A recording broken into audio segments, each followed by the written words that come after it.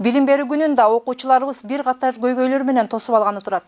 Илдет тууралуу кооптонуулардан улам 1-класстын окуучуларынан башкасы аралыктан билим алышат. Бирок айрым райондордо интернет жок. Кинодогудай болуп, мугалимдер менен дөбөчөгө чыгып алып сүйлөшүп келишет. Бир четти күлкүн келет. Бирок мындай нерсеге ыйлаш керек. Өкмөт башчынын айтымында 65 миңден ашуун окуучуда смартфон жетишсиз болсо, 5 миңге чукул үй бүлөдө телевизор жок. Демек миңдеген балдарыбыз билим ала албай калышы ыктымал. Ага кошумча болуп, балдар аралыктан окуп жатканына карабай, ата-энелерде мажбурлап акча чогулткан мектептер бар экен. Мугалимдердин бул ишке аралашуусуна тыюу салынганы менен, ата-энелер фондун түзүп алышып, акча бербегендердин балдарын кодулаган көрүнүштөр дагы деле болуп жатыптыр. Бишкектеги Ала Тоо жаңы конушундагы 82 мектептин мугалими ата-энелерден акча талап кылган үчүн жумушсуз калып, директору сөгүш алды. Бирок ата-энелердин айтымында мындай иште мугалим эмес, директордун күнөөсү көбүрөөк. Акча чогултуу жөнүндө буйрукту ошол берет экен. Бул тууралуу материал жарык көргөн соң башка ата-энелер да мындай көрүнүш көпчүлүк мектептерде адатка айланганын жазып чыгышты. Андыктан ата-энелер фондун жоюп салууну талап кылып келишет. Бирок өкмөт толук камсыз кыла албаган нерселерди алууга ата-энелердин жардамы керектигин да тана албайбыз. Урматтуу ата-энелер, окуучу балдарга берген мурун колдончу элек ошондой күндөлүк алып бересиздерби? Себебинде ошол күндөлүккө биз расписание жазат экенбиз. Кемин районундагы Кызыл Суу орто мектебинин окуучусу Айгерим Казакбаева жаңы окуу жылына дээрлик даяр. Бул аптада мектептен окуу китептерин алып келип алган. Ата-энеси кийим-кечесин даярдап берди. Эң башкысы эс тутуму күчтүү, көп тиркеме бата турган мобилдик телефон алып беришти. Себеби мугалимдин тапшырмасын аткарууда бул эң башкы курал эмеспи?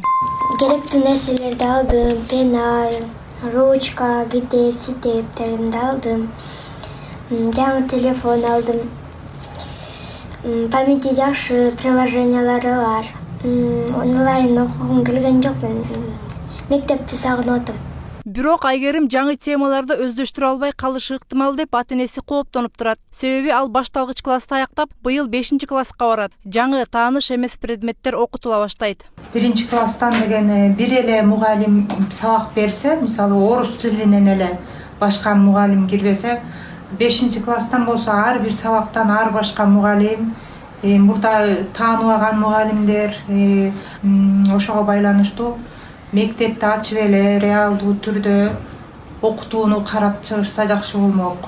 Айгерим ынтызарлык кылса эптеп окуп кетер. Өлкөдө 65 615 окуучуда смартфон жок. Ал эми 5 миңге чукул үй бүлөдө телевизор жок экен. Көйгөйдү чечүү үчүн донорлорго кайрылуу зарылдыгы курч турат. Ал эми мобилдик операторлор бекер интернет менен камсыз кылмай болушту. Бирок интернет жетпеген аймактар эмне болор экен? Алсак Сузак районунун Гогарт айылындагы интернет байланышы өтө начар. Анын айынан окуучуларга аралыктан билим алуу дээрлик мүмкүн эмес. Мугалимдер менен кайтарым байланышка чыгуу үчүн адырдын чокусуна барууга туура келет. Ал эми аба ырайы начарлаган күндөрү таптакыр байланышсыз калышат. Улдыйк айылда атабыз, кичигөл айыл бар. Булак башы поселкада 3 айылга бөлөт, 3 малай.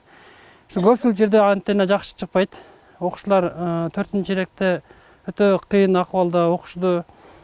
Суук мезгилдер болуп атты. Ал мезгилдерде ошо дөңдөргө чыгып, антенна тарткан жерге чыгып, биз берген тапшырмаларды эптеп кыйналып жооп берип атышты. Сузак району боюнча 106 мектеп болсо, анын 3 мектебинде интернет жок. Андыктан бул райондогу 54 миңге чукул окуучу билим алуу мүмкүнчүлүгүнө жетпей калганы турат. Жергиликтүү тургундар маселенин чечип берүүнү өтүнүп, кайрылбаган жери калган эмес. Азырынча натыйжа чыга элек. Негизи мамлекетибиз могул связь боюнча антенна куруу маселесинде калктын саны аз дебестен мектебибиз үчүн 135 окуучу үчүн да куруп берип койсо жарашат.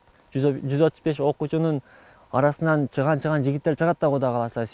Байланыш жакшы болсо, социалдык тармактар менен дайыма байланышта болсок, жаңы маалыматтарды алып турсак. Билим берүүдөгү дагы бир эң чоң көйгөй ата-энелерди мажбурлоо жолу менен каражат чогултуу. Бул аптада дал ушул өнөкөтүн таштай албаган мугалим иштен алынып, ал эми мектеп директоруна сөгүш берилди. Бишкектин Ала Тоо жаңы конушундагы 82 мектепте китептерди таратуу учурунда мугалимдер ата-энелерден акча талап кылган. С собой родители должны принести ручку, клей и вашу фотографию 3×4.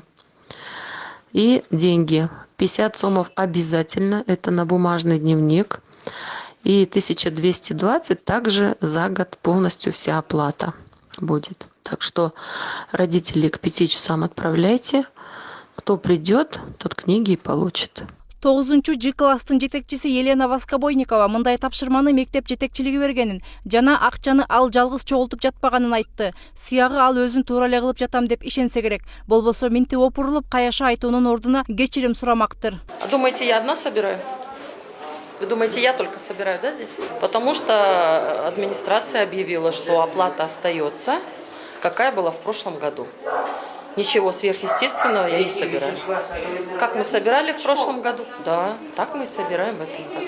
Окуучулар аралыктан билим алып жатканына карабай, мектепте акча чогултууларын тана албай калган директор мындай ишти ата-энелер фонду аткарып, мугалимдер кийлигишпей турганын айтты. Администрация эч кандай нажим көрсөтпөйт. Ата-энелердин өзүнүн фонду бар, общественное объединение ийгилик деми деген. Ошол фондго ата-энелер өз ыктыяры менен бергендер калуучулар гана тапшырат. Ошондой талап кылып сүйлөптүр, бирок мен аны разберусь, это Воскобойникова менен сүйлөшөм азыр. Андай талап коюлган эмес. Мектеп 5 жыл мурда ошол кездеги казак президенти Нурсултан Назарбаевдин көмөгү менен курулганына карабай, шыбынан суу агып, батареялары бузулуп, кыйла эле оңдоо иштери талап кылынган экен. Анын үстүнө 500 орунга эсептелген мектепте 3307 бала билим алып жатыптыр. Өкмөт тарабынан оңдоо иштерине 614 000 сом бөлүнүп, ага мектептин кире бериши менен коридор оңдолгон. Ал эми ата-энелер класстарды оңдоп түзүүгө көмөктөшкөн дешет. Они сдавали, очень мало частями сдавали. Андан тышкары күзөт кызматына ар бир баладан 180 сомдон, мектептин логотиби түшүрүлгөн күндөлүккө деп 50 сомдон чогултушат. Ал эми 1 класстан 4 класска чейин окугандар жаңы китеп деген долбоордун алкагында билим алган үчүн 25 сом төлөп беришет экен. Өлкөнүн билим берүү министрлиги окуу жайларынын ата-энелерден акча чогултуусуна тыюу салган буйрук чыгарган. Ал эми ата-энелер фондуна болсо каалоочулар гана акча берсе болот. Мажбурлоого тыюу салынат.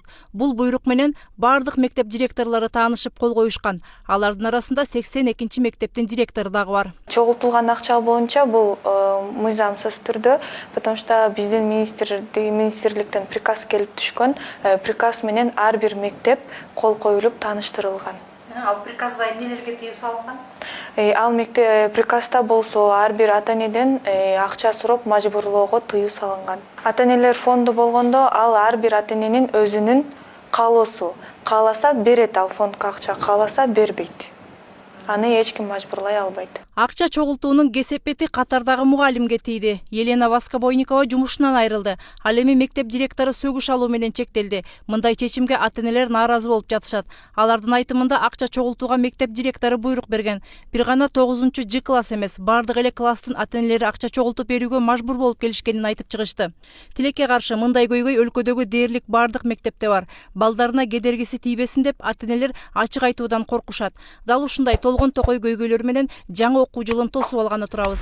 Мээрим Ташыбекова, Талант Рысов, 7 канал, Бишкек.